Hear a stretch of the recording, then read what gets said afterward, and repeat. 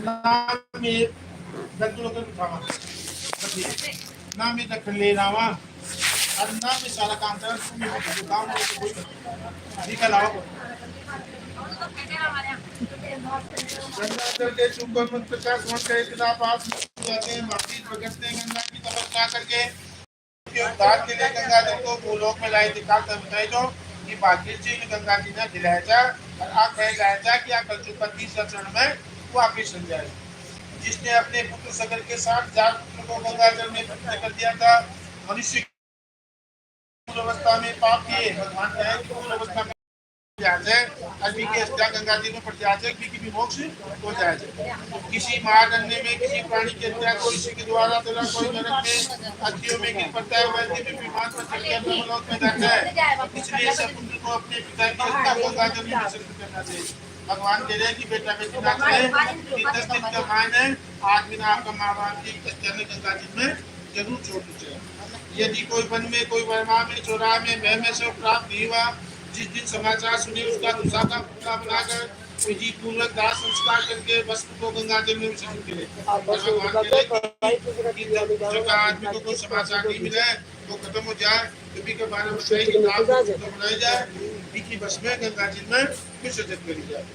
10 का कर्म भी आरम्भ करना चाहिए स्वात्मिक सूचना का ग्रहण करना चाहिए यदि गर्भता की पूर्ण हो जाने पे नारी की मृत्यु हो जाए देखो विधान बताए भगवान कोई गर्भवती स्त्री कोई मर जाए भी टेम पर तापमान जन्म देते पर तो भगवान कहते हैं कि दोनों ने 7 दिन बांधना चाहिए और फिर तू भी नारी को पेट चीज भी पालन करना चाहिए जीवित तो तुमको पालन करना चाहिए मर गो तो दिन को काटना चाहिए फिर भी उदार संस्कार करना चाहिए बस सैकड़ों है सैकड़ों जागो हाँ इन्हें भी 7 दिन बांधना चाहिए गंगा के किनारे मरे बालक को गंगा जल में स्थापित करते हैं भगवान कह रहे हैं कि गंगा जी के किनारे कोई बालक मर जाए तो फिर बधाई बुआ देना चाहिए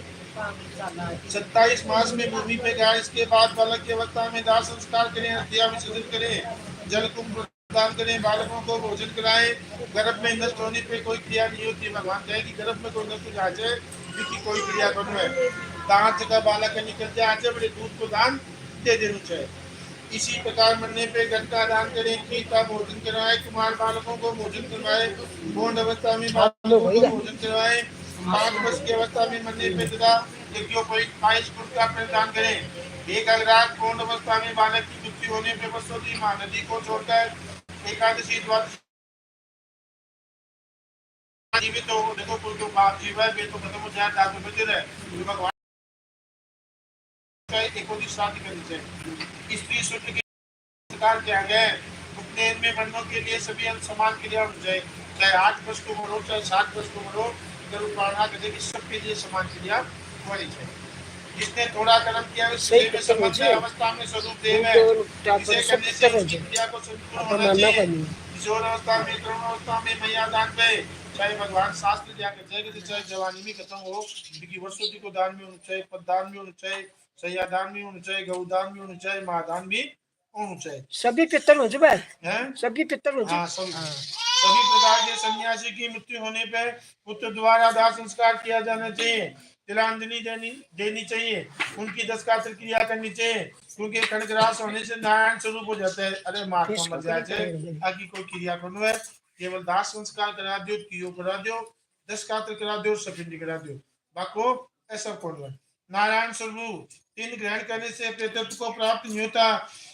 ज्ञानी जन को अपने स्वरूप अनुभव करने से सदा मुक्ति होती है इसलिए जो